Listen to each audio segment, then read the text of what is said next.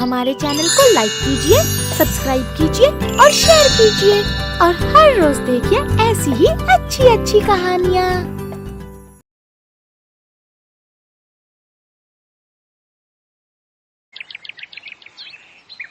अरे यार शीतल, क्या कर रही है? जल्दी आ। मेकअप कर रही हूँ माँ, आती हूँ। शीतल मेकअप करने के बाद बाहर आई। उसकी माँ पहले से ही बाहर इंतजार कर रही थी। दोनों मंदिर जाने वाले थे। मेकअप करने में कितना टाइम लगता है बेटी? टाइम लगता है माँ, आप नहीं समझोगे। हाँ हाँ, मैं तो बुढ़ी हो गई हूँ, मैं कैसे समझूंगी। लेकिन बेटी, घर का कामकाज भी तो सीखना पड़ेगा, नहीं तो ससुराल जाके क्या करेगी? हाँ, वहां भी मेकअप ही करूंगी माँ। मैं तो एक ब्यूटी पार्लर खोलूंगी। अच्छा, और घर का काम कौन करेगा? नौकरानी रख दूंगी। ब्यूटी पार्लर से बहुत पैसा आएगा। बहुत अच्छा मेकअप करती हूँ मैं। और अगर तेरी सास ने तुझे काम नहीं करने दिया तो सास बदल लूंगी। तू भी न बेटी, कुछ भी बोलती है।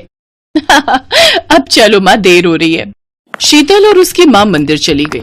मंदिर में पंडित जी दोनों को बहुत अच्छी तरह से पहचानते थे। अरे मंजू बहन, बेटी जवान हो गई है, शादी वादी करवाओगी कि नहीं? हाँ पंडित जी, आपकी नजर में कोई अच्छा लड़का है क्या? है ना, मैं फोटो लेकर आता हूँ घर। उसी बहाने शीतल बेटी के हाथों का चाय भी पी लूंगा। पंडित जी शाम को एक लड़के का फोटो लेकर घर आए। लड़के का फोटो देखकर शीतल शादी के लिए मान गई। लड़के का नाम मुकुंद था और वो किराने की दुकान चलाता था। और 1 महीने के अंदर शीतल की शादी हो गई।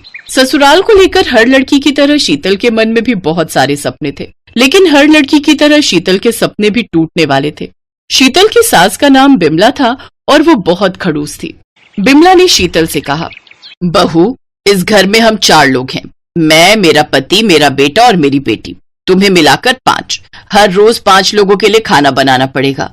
खाना? लेकिन मुझे तो खाना बनाना नहीं आता। क्या खाना बनाना नहीं आता? पंडित जी ने तो कहा था कि तुम अच्छी संस्कारी और सुशील लड़की हो। हाँ माँ जी, वो तो मैं हूँ। क्यों, सुशील लड़की होने के लिए खाना बनाना जरूरी है क्या? अरे अरे अरे, ये देख बेटा, तेरी बहू घर आते ही मुझसे जबान लड़ा रही है। इसे खाना बनाना भी नहीं आता। पंडित जी ने रिश्ता भेजा था, इसीलिए हमने ज्यादा पूछताछ ना करके ही शादी फाइनल कर लिया। लेकिन हमारे साथ धोखा हो गया है बेटा, धोखा हो गया है। अरे ये तो गजब बात हो गई। मैंने खाना बनाना नहीं सीखा, लेकिन मुझे कुछ और काम आता है। शीतल के ससुर ने पूछा, क्या काम आता है तुम्हें? मुझे ब्यूटी पार्लर का काम आता है। मुझे मेकअप करना बहुत अच्छा लगता है और मैं एक ब्यूटी पार्लर भी खोलना चाहती हूँ। क्या ब्यूटी पार्लर खोलना चाहती हो? हाय हाय हाय, ये कैसी बहू लाई मैं। ये तो बाहर काम पर जाना चाहती है। शीतल समझ गई कि इस घर में उसका सपना पूरा नहीं हो सकता। शाम को जब शीतल रसोई में खाना बनाने की कोशिश कर रही थी, तभी वहां उसकी ननद पल्लवी आई। भाभी लाइए, मैं आपकी मदद कर देती हूँ। अरे ननद जी, बहुत बहुत धन्यवाद। मुझसे तो ये हो ही नहीं रहा था। बस वो माँ को मत बताना, वो सुनेंगी तो मुझ पर गुस्सा करेंगी। एक बात पूछूं पल्लवी, ये तुम्हारे घर वाले मेरे ब्यूटी पार्लर में काम करने की बात सुनकर चिढ़ क्यों गए? ये सब पुराने ख्यालात के लोग हैं भाभी। आप और हम मॉडर्न हैं, हमारे ख्यालात इनसे नहीं मिलेंगे। सच बताऊं भाभी, मुझे भी ब्यूटी पार्लर खोलने का बहुत शौक है, लेकिन मुझे मेकअप नहीं आता अच्छे से। अरे वाह, चिंता मत करो, मैं सिखा दूंगी तुम्हें सब कुछ।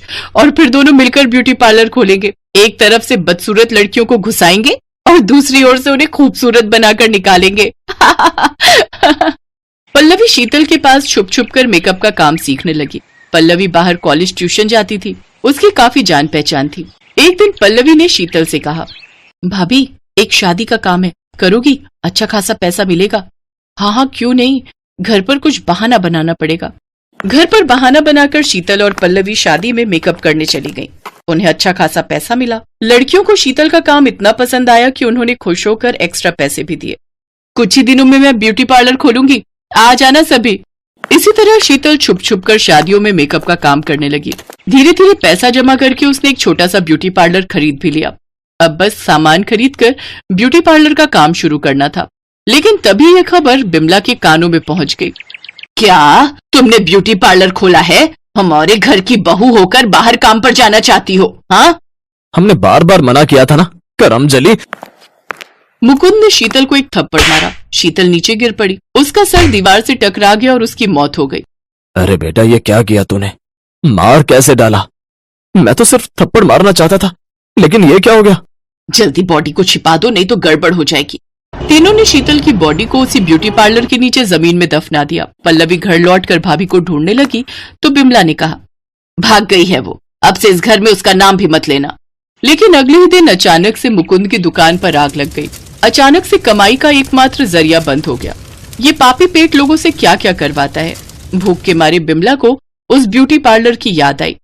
पल्लवी बेटी, तुझे भी थोड़ा बहुत मेकअप आता है ना, जा तू ब्यूटी पार्लर चला। लेकिन माँ, मुझे अच्छी तरह से नहीं आता है। अरे तू 2-3 दिन जा तो सही, सब कुछ सीख जाएगी। पल्लवी ब्यूटी पार्लर में गई, लेकिन उसका हाथ कांप रहा था। उसे ज्यादा कुछ आता भी नहीं था, इसीलिए वो बहुत ज्यादा टेंशन में थी। तभी एक औरत आई। तुम बाल काट सकती हो ना? मेरे बाल ठीक से काट दो, मुझे शादी में जाना है। वो औरत बैठ गई, लेकिन पल्लवी ने डर के मारे कैंची पर हाथ भी नहीं दिया। उस औरत ने आंखें बंद कर ली। तभी पल्लवी ने देखा अचानक से कैंची अपने आप हवा में तैरने लगी और वो कैंची अपने आप ही उस औरत के बाल काटने लगी। अरे ये क्या, ये जादू कैसे हो रहा है? बाल कटने के बाद वो कैंची अपनी जगह पर वापस आ गई। वो औरत बड़ी खुश हुई। अरे वाह, बहुत अच्छा काटा है, ये लो पैसे। पैसे देकर वो औरत चली गई, लेकिन पल्लवी को कुछ समझ नहीं आ रहा था।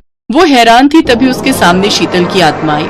पल्लवी, हैरान मत हो, वो मैं थी। मुझे पता था कि तुम घबराई हुई थी, इसीलिए मैं तुम्हारी मदद करने के लिए आई। मैं इसी जमीन के नीचे हूँ पल्लवी। शीतल की आत्मा ने पल्लवी को सब कुछ बताया और उसे इस मर्डर का बदला लेने के लिए कहा। पल्लवी ने पुलिस में खबर की। बिमला, उसके पति और मुकुंद को अरेस्ट किया गया। पल्लवी अकेली उस घर में रहने लगी और ब्यूटी पार्लर चलाने लगी। शीतल की आत्मा उसी ब्यूटी पार्लर में रह गई, क्योंकि वही उसका सपना था और वही जादुई तरीके से लोगों का मेकअप करने लगी। पल्लवी की अच्छी खासी कमाई होने लगी और शीतल भी खुशी खुशी अपना सपना पूरा करने लगी।